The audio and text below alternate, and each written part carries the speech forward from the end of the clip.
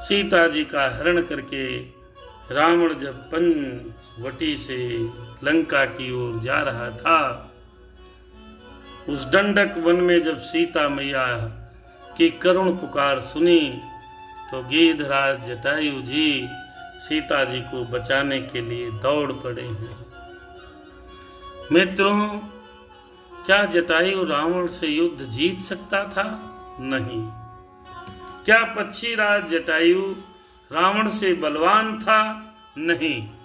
फिर भी जटायु महाराज सीता मैया को बचाने के लिए दौड़ पड़े और दौड़कर उनको बचाने का प्रयास किया।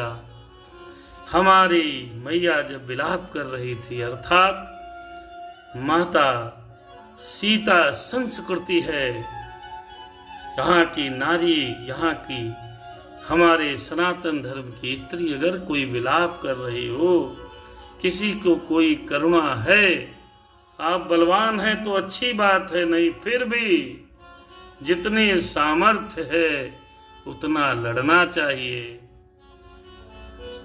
ऐसा नहीं है कि सामर्थ्य नहीं है, बलवान है। आजकल अपराध क्यों होते हैं?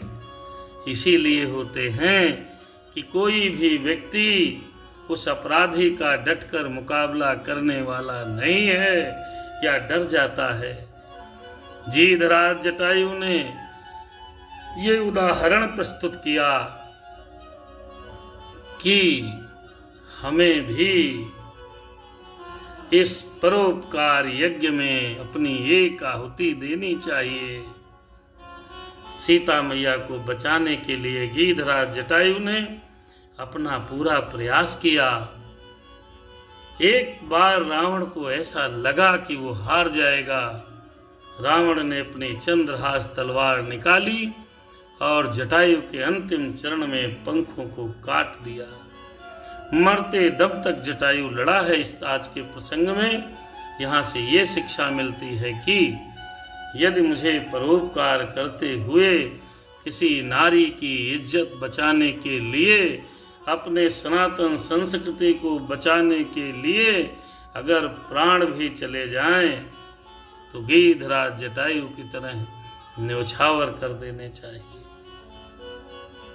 अगर सभी सनातन धर्मी, सभी सनातन संस्कृति के लोग ये सोच लें तो अपनी संस्कृति कितनी उत्तम होगी, सनातन सभ्यता कितनी उत्तम होगी, इस बात का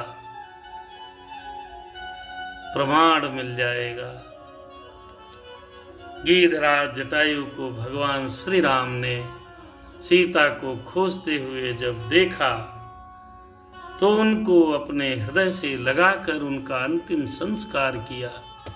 अर्थात परोपकार करने में यदि प्राण भी चले जाएंगे तो भगवान श्री राम हमें स्वयं मोक्ष प्रदान करेंगे। ये राधे श्याम रामायण के आज के प्रसंग में शिक्षा मिलती है। मेरे प्यारे भाइयों, आगे भगवान बढ़े। माता सीता को पशु पक्षी पेड़ पौधों से खग मृग मधुकर श्रेणी सीता जी को खोज रहे हैं, विलाप कर रहे हैं। आप समझिए, भगवान नारायण है। जब ये देखा तो देवताओं ने उनकी जो लीला थी देखने के लिए आकाश में सब अपने अपने विमानों से आ गए। अरे राम, कैसे विलाप कर रहे हैं। नारद का श्राप था। नारद के श्राप को सिद्ध करने के लिए मेरे राम सीता जी को जंगलों में पागलों की तरह ढूंढ रहे हैं, चिल्ला रहे हैं, रो रहे हैं। अर्थात हम और आपको संदेश दे रहे हैं कि अपनी पत्नी जिसको ब्याह करके लाए हैं अगर बिछड़े तो श्री राम की तरह ढूंढना चाहिए। ऐसा नहीं चली गई तो सुख और आनंद है, नहीं नहीं आनंद है। आनंद तो तब है जब सीता जी साथ में है, हमारी आपकी गृहिणियां साथ में है। आजकल तो कई चुटकुले, कई मीम्स चले हैं जिसमें कहती हैं पत्नी ससुराल गई, आओ आनंद करें। अभी तो पार्टी शुरू हुई है, नहीं होनी चाहिए। मायके गई, अरे उसके जाने की खुशी नहीं, दुख होना चाहिए। सीता जी के विरह में रघुनाथ जी ऐसे रोए, संसार को शिक्षा दी कि प्रेम में रोना भी पड़े तो रोना चाहिए। आगे जाते जाते जब सीता जी को रावण महलों में ले गया, ले जाने लगा महल में जब रावण रघुकुल की महिला को, नलकूबर का आ गया याद, उस समय श्राप उसी योद्धा को। यदि किसी सती को बरी आई, महलों में अपने लाएगा, तो उसी समय मस्तक तेरा टुकड़े टुकड़े हो जाएगा। नलकूबर का श्राप था, अगर किसी पतिव्रता स्त्री, सती स्त्री को जबरदस्ती तू अपने महल में रखेगा, जैसे महल में वो प्रवेश करेगी, तेरा मस्तक खंड खंड हो जाएगा। रावण को याद आ गया, सीता जी परम सती हैं, अर्थात अशोक वाटिका में ले जाकर पधराया, बैठाया। फिर इंद्र भगवान आए, मैया को ऐसी हव्य खिलाई जिससे न भूख लगेगी न प्यास। मैया पहुंच गई अशोक वाटिका में, लंका में, और वहां पर सीताराम का जाप कर रही हैं। राम जी वापस आए थे, आगे चले, पूछा सभी से, पूछते पूछते रास्ते में पहुंचे हैं सबरी के यहाँ। सबरी के यहाँ पहुंच करके भगवान को सबरी बहुत वर्षों से रास्ता देख रही है, परम भक्त है। श्री राम की सबरी परम भक्त है, बहुत वर्षों से रोज लीपती है, रोज बढ़ाती है, आंगन को साफ करती है, रास्ता देखती है कि राम कभी आएंगे, राम कभी आएंगे। राम को देखने की रास्ता उसकी प्रबल थी, इच्छा प्रबल थी। आखिर राम उनके यहाँ पहुंचे। गिरिधराज जटायु के गुणों का गान करते हुए भगवान श्री राम सबरी के आश्रम में पहुंच गए। मैया ने, सबरी नीच जात की थी, भगवान श्री राम क्षत्रिय थे। लक्ष्मण को यही पता था कि मैं क्षत्रिय हूं, ये वनवासिनी नीच जात की है। अब आप सनातन संस्कृति और सभ्यता की सुंदरता का दर्शन करें। हमारी सनातन धर्म में केवल व्यवस्था है, कौन क्या करेगा, कौन क्या करना चाहिए, कोई ऊंचा नहीं, कोई नीचा नहीं। इसका उदाहरण श्री राम जी ने अपने चरित्र में दर्शन कराया। सबरी मैया बहुत स्वागत किया, भगवान की आरती उतारी, आंखों से आंसू की धारा बह गई और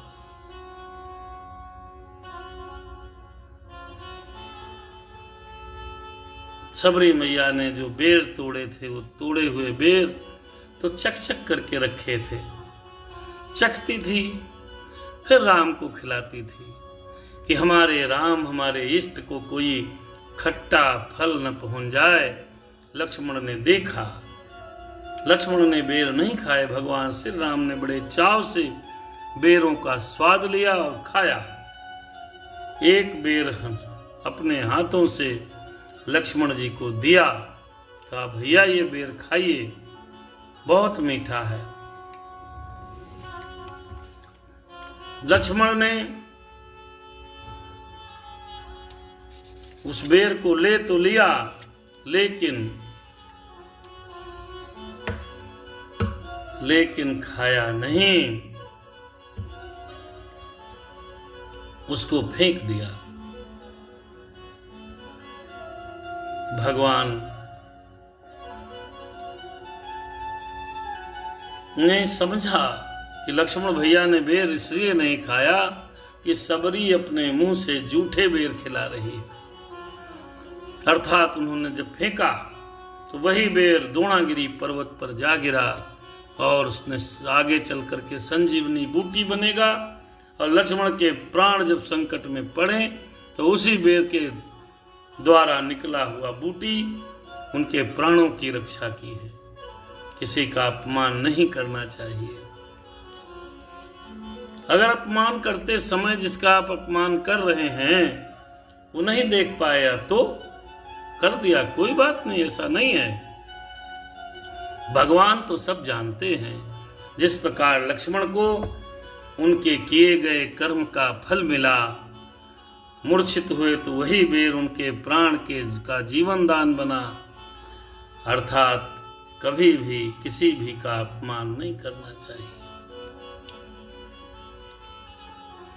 भगवान ने कहा, सबरी माता तू सच्ची भक्तिन है, इतनी रास्ता किसी ने नहीं देखा, इतने भाव के साथ तो मुझे किसी ने भोग नहीं लगाया। सीता जी के भोजन में जो प्रेम होता है उससे भी ज्यादा आनंद आपके इन बेरों में आ गया मैया। और बताने लगे, माता मैं लक्ष्मण भैया और सीता जी इस वन में आए थे। स्वर्ण मृग के कारण हमारी कुटिया में सीता जी का हरण हो गया और उधर हमारे वन आने से पिताजी का मरण हो गया। भगवान सबरी मैया से कह रहे हैं, मैया क्या करें, बहुत परेशान है, माता कुछ रास्ता बताओ। अच्छा, अब एक बात यहां समझने योग्य है, क्या राम नारायण थे तो उनको कोई बात पता नहीं थी?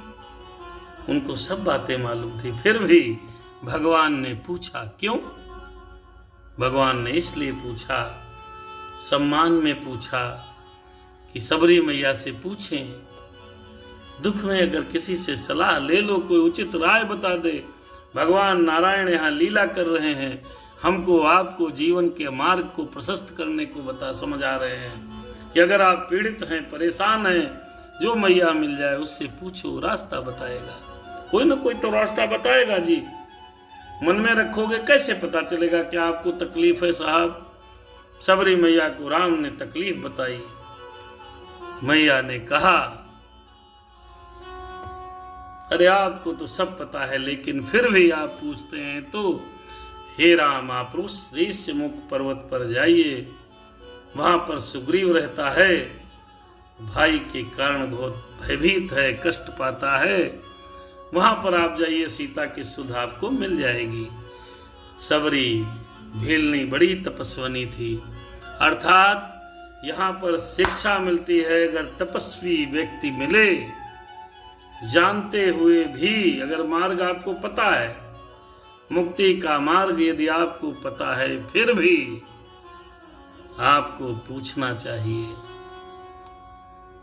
आपको ये बात उस तपस्वी से पूछोगे, हो सकता है उसकी सलाह से कुछ काम बन जाए। भगवान ने यहाँ पर हमको, आपको, सबको ये शिक्षा दी, संत पुरुष से सलाह लेनी चाहिए। जैसे ही राम चले, सबरी मैया के प्राण चले, क्योंकि केवल वो इसीलिए जिंदा थी कि भगवान श्री राम के दर्शन मिल जाए। भैया हो, जब राम के दर्शन हो जाए तो जीने का क्या फायदा? इन आंखों से अगर मेरे राम मिल जाए, फिर जीवन का क्या करना? फिर प्राण पखेरु उड़ जाए, कोई चिंता नहीं। सबरी के प्राण निकल गए, क्योंकि राम के सामने प्राण चले जाएं, परमात्मा सामने हो, आहा अद्भुत है, किसके निकलते हैं, बड़ा मुश्किल है। भगवान ने उसको अपना श्री धाम दिया, उसका अंतिम संस्कार किया और उसकी भक्ति को प्रसन्नता पूर्वक प्रणाम किया और आगे बढ़ गए।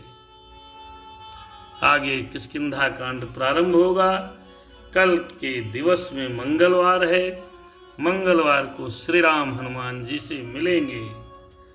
हनुमान जी महाराज आप कथा सुन रहे हैं, कल भगवान की कृपा रही तो किष्किंधा कांड में श्री राम जी हनुमान जी से भेंट करेंगे। ये कथा यहीं पर समाप्त होती है। हमारे कई दर्शकों ने कथा यहीं पर रुक गई। सुनो वीर हनुमान, जाओ आसन लीजिए शंभु सहित भगवान। हमारे कई दर्शकों ने मेरी सिया राम चंद्र की जय हो। आइए थोड़ी चर्चा